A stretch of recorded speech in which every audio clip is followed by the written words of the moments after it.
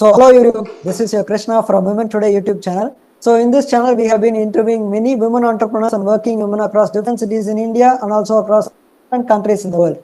So today's our guest is from Uttarakhand. She is actually based in Uttarakhand, but she is also traveling person traveling to different cities in India and also across the world. So right now she is in Auroville and she is glad to give us an interview. And she is an energy worker. She is the founder of Kalyani Shutra Wellness. And I welcome you, Nitikarawatt ma'am, to this Women Today YouTube channel. So please kindly introduce about yourself, about the kind of work that you're doing to the audience who are watching this interview right now, ma'am. Thank you, Krishna. Thank you for inviting me. And yes, like you mentioned, I am into energy work. So I help people align with the energies that are natural to us to help us live our lives in sync with our life purposes. And I refrain from calling myself a healer because I really feel that each one of us is a healer. So, if we really are aware and attuned with the healing powers that we have, then we are healers. So, right now, I love to call myself an energy worker because I facilitate people, pets, animals, trees to just align with their natural energies. That's great. And also you have mentioned that you're an animal communicator. So tell us, ma'am, how do you actually basically communicate with animals, different kind of pets? Is it only with the domestic animals or is it also like wild animals? So tell us about it, ma'am. So, it is with everyone, like any animal, it is domesticated or it is on the streets, you can talk to anyone. And this is what I do. We don't necessarily need to even know their names because each one of us on planet Earth come with our own individual identities in terms of our individual energies also. So if you really want to connect with any animal, you can just do it by connecting with the energy of that pet. Or if it's a street dog also, or if it's an animal that's not domesticated, that also works. And even we can communicate with the pets that have passed on to the other world. That's great, ma'am. So also tell us, ma'am, at what point of time in your life did you decide that you wanted to be an energy worker? So that is a very different field and that's very not known to different kind of persons in the world. So energy working is a kind of department which one can actually choose only when they truly know about it. So is that was someone coming to you and telling that, okay, this kind of industry do flourish well so that you can actually continue with this kind of works? Or is it like you had an inspiration from somewhere? So tell us about the way you actually landed into this professional works, ma'am. For me, it was very. So I've been in the corporate for the last 10 years. The last I was working was with an AI company, and so it's not because of a business or because of earning that I am here. It's more of a spiritual calling. I feel more aligned when I work with people, and I feel more aligned when I help people connect with their energies. So it's not just a business for me. It's the primary thing is I'm being of service to people. So tell us, ma'am, basically, what can we expect in your energy healing classes? You told me that you're doing this as a profession, you're conducting many sessions. So actually, what can we expect and what kind of courses are you actually teaching via this energy healing kind of sessions, ma'am? So primarily, I work with the energies that are natural to our environment, which is the moon, the earth, the sun, and I specifically work with the energies of divine feminine. So I work with the Das Mahavidyas, and I help align these feminine essentials, these energies, the women who are going through tough situations. I kind of help them sync with their own energies, and this is with the help of the moon cycle, you know, on full moons and new moons. Then I also help with the classes. So there are sessions where I help people connect with their intuitions more because it's available to all of us, but we've forgotten how to be a part of it. And Then I do a lot of energy work in terms of shamanic work, shamanism. I help people with their shamanic journeys. I also facilitate the divine feminine healing work by the art of kolam, which is a artwork that the traditional Tamil Nadu women used to do and still do. So it sort of helps not just women but anyone who wants to align their feminine energies. And yeah, so that's my work primarily right now. And I also do sound healing. So basically, I use multiple modalities for people to connect to their original selves. First, we can deal with energy healing that we are just talking right now. So once the session is over, what are the benefits of energy healing we can expect for physical, emotional, and spiritual well-being? And what are the kind of things that we can expect will be a turnover for our life? Like it's a kind of different feeling for us once the energy session is over. So tell us about the outputs that we can expect once the session is over, ma'am. So, see, it's different for different people. Everyone comes with a different idea in mind. Everyone comes for a healing in different areas in their lives. So, I can certainly say that once after a session with me, they leave with a lighter heart, with less heaviness, and with more connection to their own answers. Because each one of us has different answers to our problems. You know, not any like we are not going through the same problems. So I would say that after sessions, people find solutions to their. I help people find solutions. I am not the solution giver because I don't consider myself that big, but I enable them with the solutions.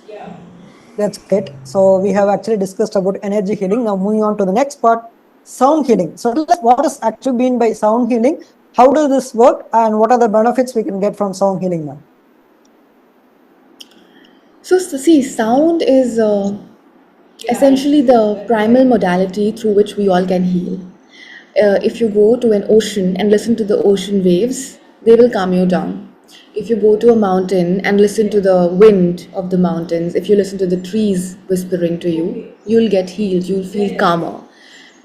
Essentially, sound is the primal healer because when we were in our mother's womb, the first thing that we understood as home is the sound of her womb, where we were within her placenta. Okay, so before we even heard her voice, it was the sound of her womb that made us feel at home.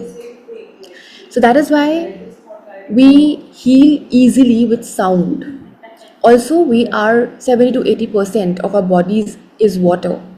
So when the sound travels through our water bodies, I mean the bodies, uh, it just works on us more effectively without the need of conscious mind to be active. Because usually when the conscious mind is active, we sort of also think through it, you know, that what's happening and why is it happening. But with sound, we don't have to use our conscious brains, only the subconscious mind can help us. So that's why I work with sound, and primarily I work with the sound bowls, singing bowls. These are the Tibetan singing bowls that I use, and it's made up of 5 metals. It's very deep because each metal carries its own frequency, and depending on what the client wants to work on, there are different things that we can work on using these sound bowls. That's actually great because in the first beginning of the conversation regarding sound healing, you told me that whenever we actually stand in front of the sea, it's a kind of natural sound therapy for us. That's actually a great kind of information which we got from you, because most of the people will be thinking like, okay, only when we go to a sound healer, then we'll be able to experience some kind of sound healing sessions. But via your interview, we came to know that also, regardless of having a sound healer, we can actually have some kind of natural sound healing therapies by just going to the sea and having fresh air, and at the same time seeing the sea and the waves with the kind of different sounds. Actually, that's a kind of experience which each and every human should actually kind of experience, because we usually think that going to beach, going to sea during the sunset or during the sunrise times is something like we will be amazed with our legs just sinking into the sea. But the thing is that also, on the other hand, our ears play a vital part. It's playing a very vital role. Only when we are hearing the sound waves, actually you told me that certain things should happen unconsciously. Like it deals with our subconscious mind, that the waves, the sounds from the waves in the sea. Actually, during certain, actually we were speaking about the moon conditions.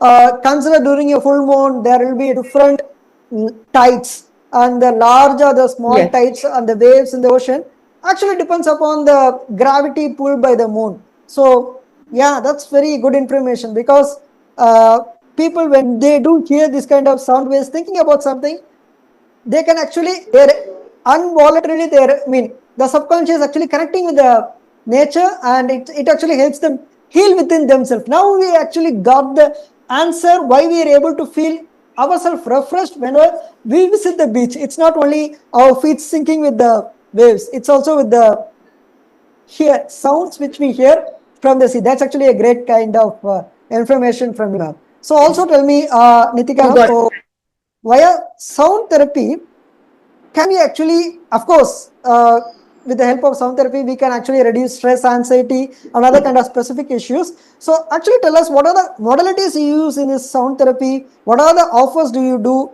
And how actually we can expect, what are the kind of things can we expect from this sound healing session from the beginning to the end?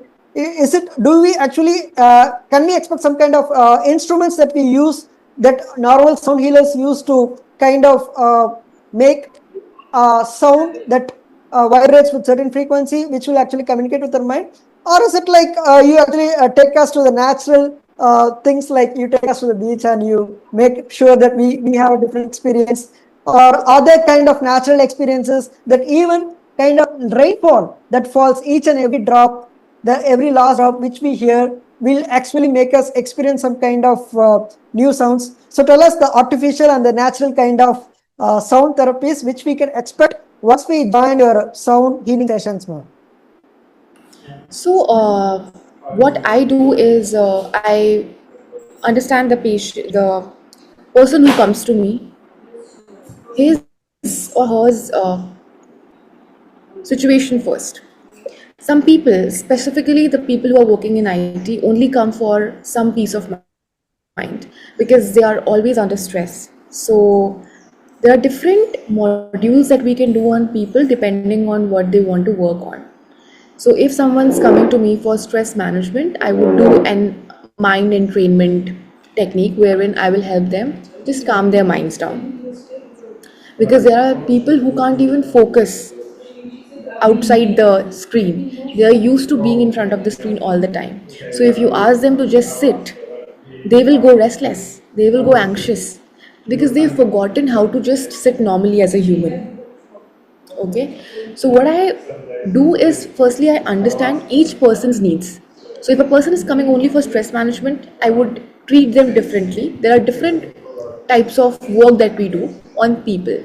If someone's coming for a deeper healing, say they've gone through a big trauma in life, okay, they've gone through a loss of a close loved one, then the healing will be different because healing depends on different chakras. Maybe the heart chakra is blocked, or the heart chakra is not working efficiently because they are hurt, because they are in pain. Maybe because of some trauma, people go through the solar plexus trauma, which is the solar plexus chakra is not functioning at its best. So depending on people's needs,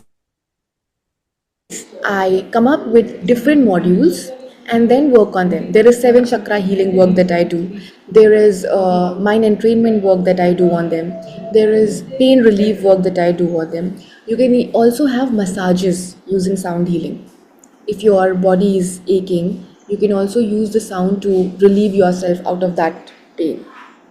So you can use it for everything, but I do it depending on what the person needs, and then only I decide it.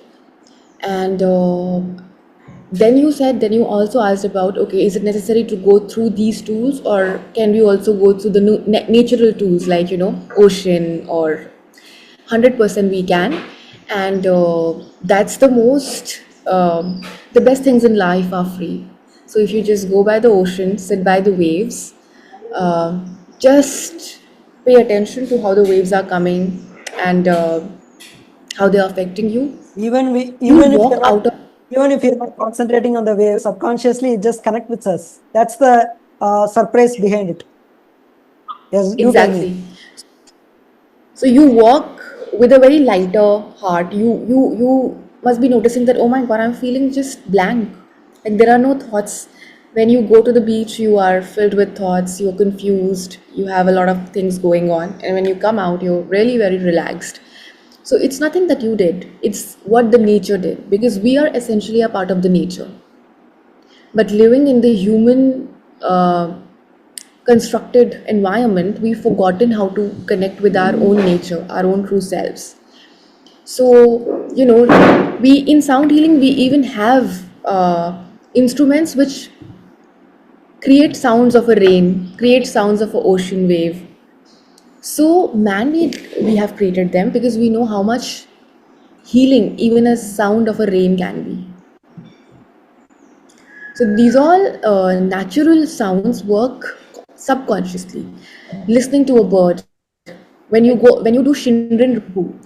Shinrin Roku is a Japanese term for forest bathing. You go inside a deep forest and the voices of the animals and entities like the birds and the crickets, the insects there heals you, not even consciously knowing about it, you can get healed.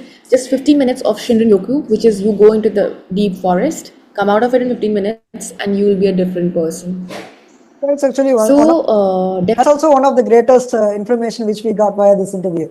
Going into a forest, also people think that, I just tell you one simple thing. When I was in Singapore, I used to visit kind of forest.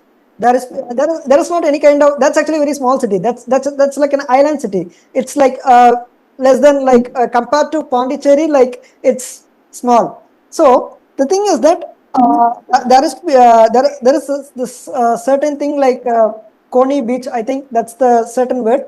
If I'm not, if I'm right, it's the Coney Beach. So what happens is that you have to travel through the forest, and you'll be not knowing where you actually are. You have to reach a beach over there. There is a hidden beach over there. So if you have to reach the hidden beach, first you have to reach the spot via any private vehicles or bus or car, and from there you have to enter a forest, and you can actually go. It must be like 40 minutes travel inside the forest when you're walking. But if you take a bike or something, it will be like a 10 or 12, 15 minutes. But bikes are not allowed inside. Only you can go via walking. And when you come out of when you go inside the forest, there's a very vast beach over there. And when you come out of that okay. island, when you come out of the forest, it will be a total big city will be appearing in front of you. That's actually a wonderful experience. And as you told that, we will be able to hear a different kind of experiences. Yeah, with the sounds. Yes. And actually, I was very afraid because of the sounds, because the thing is that you should be making sure that you should come out of the beach and you should go through the forest so that you can enter the city before 6 o'clock. Because after 6, only when you have a proper torchlight or any kind of flashlights with you, then you'll be able to go through the forest. Of course, people will be helping you, but in that forest, nobody can actually kind of track you. So that's Got actually a real life kind of experience which I had in the forest.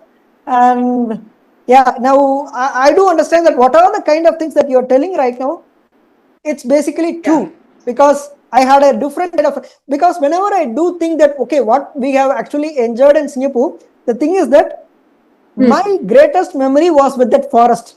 Actually, I have been to different nook and corners of Singapore for past, like for whatever place you will be able to tell me, I will be able to simply guide you that you can go here, take this bus, you can go there, you can just reach within a short period of time. But when I was thinking like, it is not like the concrete jungles which made me like feel very good. Only when I enter this forest area, I'll be able to rethink myself that okay, I had enjoyed some things in my life. Now I understand that when connecting with nature, when listening the nature sounds, that's a different kind of feeling now. And also right now you're in Auroville. It's a good area actually. So that is also a Yes. thing that we have to discuss. Yeah, sorry for interrupting. Just you can just continue with the flow. No worries. You actually added on to what I was saying. You added on to your experience, which is true because trees There are trees which are 400, 500 years old, and they hold so much wisdom. So we can even communicate with the trees and ask answers from them. Now, that's another thing that I do, which is connecting with trees, which, and nature is always ready to help you. You ask for a sign, and the universe will give you. So, when you say that you went to the forest, I'm sure you would also have felt a sort of calmness, and the calmness comes because the divine within you, we all have a divine within us, recognizes the divine within the nature, and we are all one. Now, consciously we might not be tapping into it, but subconsciously we feel relaxed because we are back to our own nature. Since we are actually natural beings, So so we are already basically connected to it. Yeah, you can just tell me. yeah, So yes, speaking. I think I answered your question. Yeah, I do understand. Okay, now we are just moving to the next part, entity and house clearings. So, what actually do you mean by Yeah. entity clearing and how can it actually impact my life and space? What entity meaning is actually, and tell us about the house clearings works that you do, and tell us about elaborately so that people will be able to understand, because most of the people are not even aware of the term called entity clearing. So, tell us the meaning of it, and then you can tell us how do you actually work with it now. See, entities, anything which has an energy is an entity. So you and I are entity in physical form because I can see you in body. There are also entities like anger, like sadness. These are entities in itself in energy, but we can't see them. Okay. Now, there are also entities in non-physical forms which we cannot see, like say someone would have passed away in a certain situation, and these souls are not able to tap into the other world. They cannot go to the other side because they don't even know that they are dead. Some of the people just pass away in a trauma, so they don't even realize that they are dead, and so they're not able to pass on to the other world because they don't know, they think that they're still alive. And so you would have heard many stories also that say that, oh my god, there's some activity going on in that house and no one lives there. It's very common. Now that happens because these souls don't know that they are They are not dead. not there physically in this world. Okay, I do. Yes, yes. And then they are stuck in that trauma because that is when they left the body. So they just keep on living that in that. It's like a portal for them. So I help not just that, but I help in clearing. Like say if a house, if you buy a new house, okay, and say there were residents earlier living there, and they had a lot of fight. So the house walls, the house grabs, absorbs lot of anger, lot of sadness Now because I the house understand. has seen it all. Now I understand that most of my elderly people do tell that don't speak these kind of words in the house, because the house, the walls are actually able to hear what you speak. I think Yes. that we always think that not only me, we always think that as a human, we always think logically. It's a non-living thing. So how does a Yes. non-living thing will be able to kind of grab the kind of words what we actually tell, and will it actually able to kind of interfere us in our day-to-day livings? But right now, based Sure. upon your conversations, it's very strange that even non-living things like home can actually gain kind of grab the energies what we are speaking. Yeah, you Yes. can just continue right now. And it's interesting that I like your question when you say how can non-living things have this energy. See, they are non-living for sure, but what are they made up of? A They're made house up is of made of cement, everything. stones, And something like that. yeah, cement, yes, sure, and different materials. But these materials in themselves essentially have atoms, which are electrons, protons, neutrons, and so much more. Now, the what is this? This is energy in motion, right? Solid, liquid, gas, everything is energy in motion. So we might say that they are non-living, but they do have energy, right? Because the electrons are constantly moving, because the protons are constantly moving. So, and in quantum physics, they even say that everything is moving. It's in wave form and also in solid form, right? So it's a duality that we live in. So when we say that these are non-living things, my phone is a non-living thing. Yes, it is. But what is it made up of? It's made up of metal. And what is metal made up of? Atoms. And if you go deeper, there are electrons and protons and neutrons and many more things that are moving. So it is energy. And these all the non-living things also hold energies within self. So if you decorate a house with love and with care, you enter that house and you will feel that energy. And if in that house has witnessed a lot of trouble, lot of fight, lot of sadness, you enter that house and you will feel that. So what I do is I sort of help people, especially people who think that there is something that they're not happy in the house. Many times people have moved to new places and they've not liked it. Suddenly they start getting depressed. Like I had a friend, when she moved to another place, she was constantly depressed. She was not liking it and nothing changed, but she only shifted the house. And then we did the entity clearing of the house, and it worked very miraculously for her.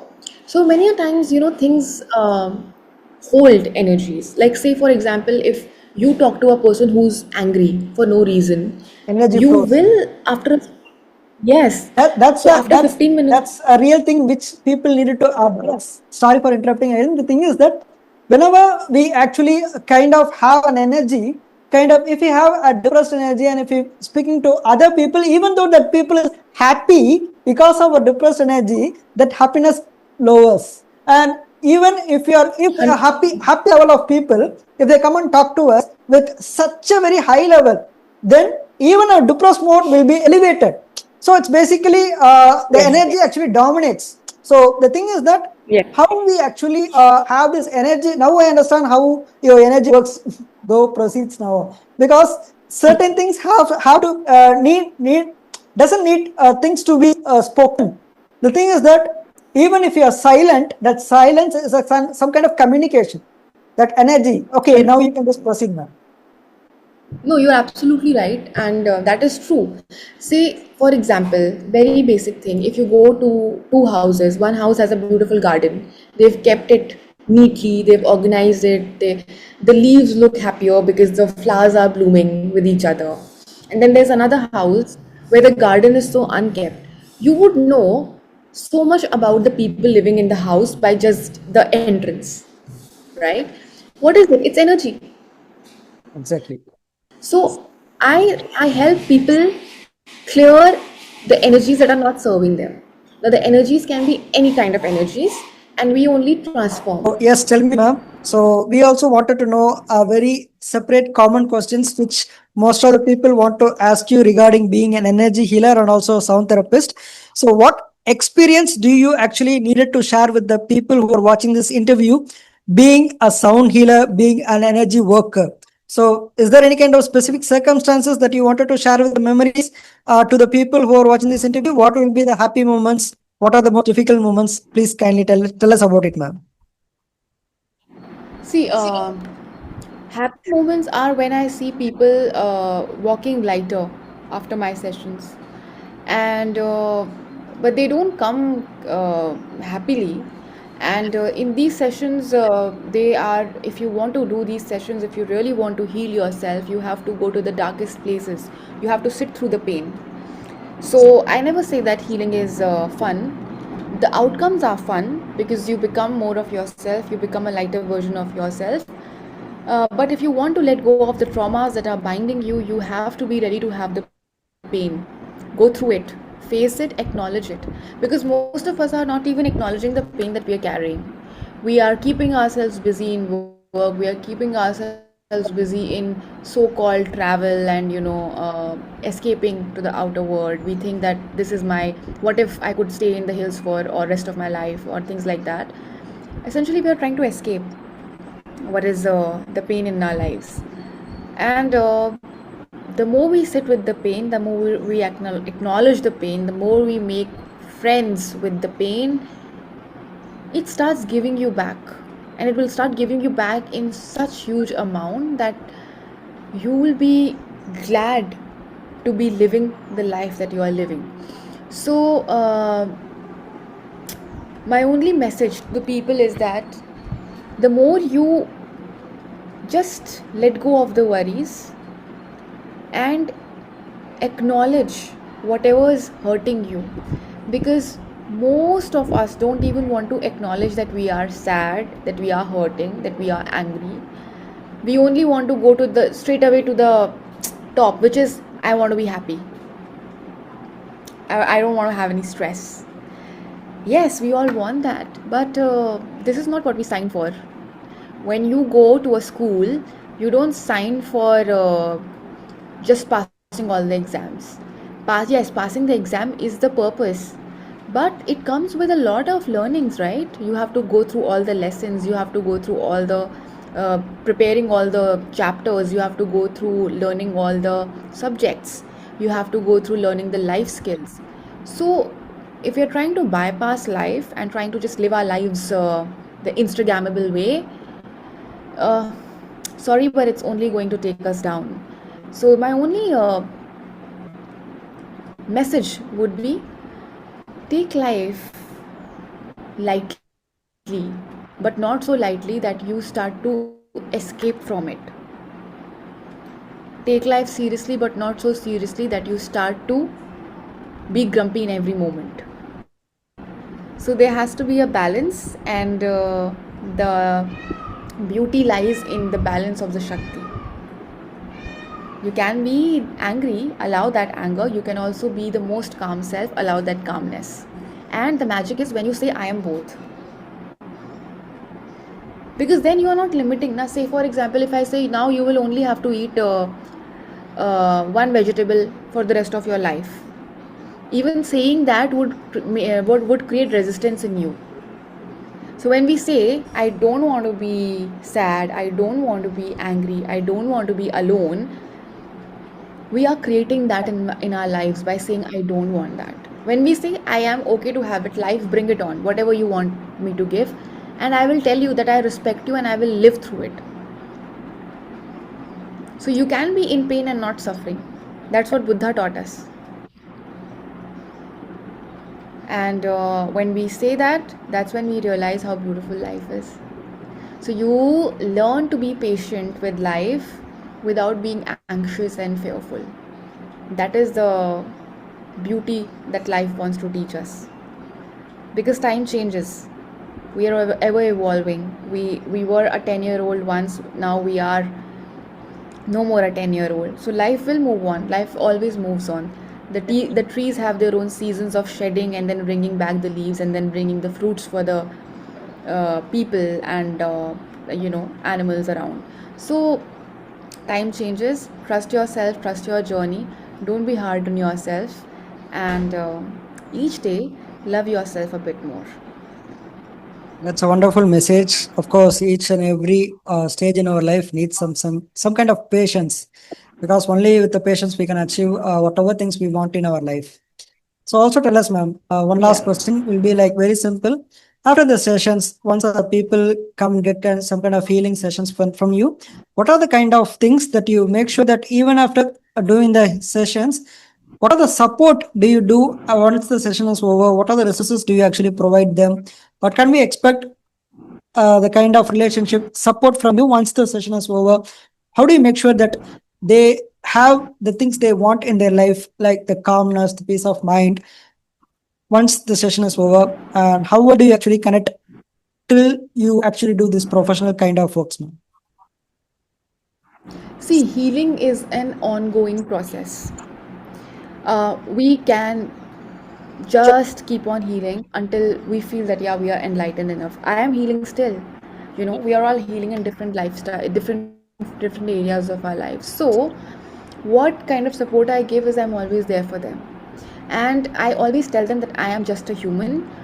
I am enabling them to be a healer to themselves. I never say that I am the guru or I am the healer. No, because that makes me on a higher pedestal.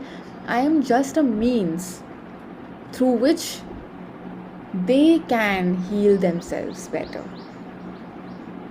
you know. So, yes, I'm always there for them, I'm always available whenever they need me, but I'm also aware to not make them dependent on me.